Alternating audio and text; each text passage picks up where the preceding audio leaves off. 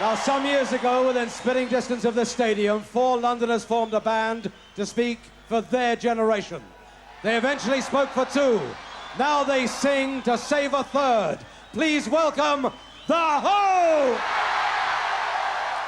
The Who had to do a lot to come back together again.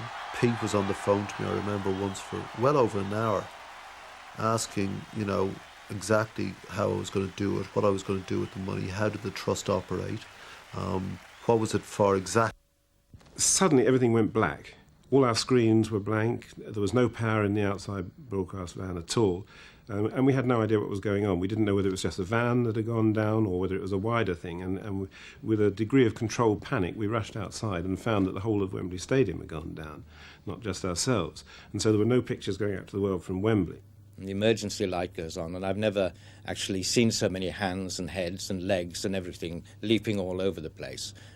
What it reminded me of was a sort of black and white movie of people aboard a submarine.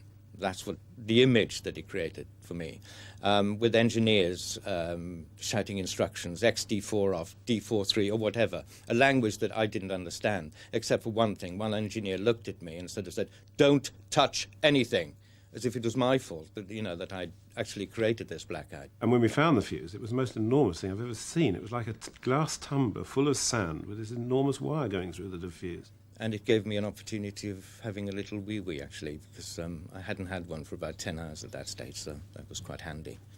And it was ironic that it should happen to The Who, although we sort of associate The Who with smashed guitars and things breaking up and things going wrong. This was their one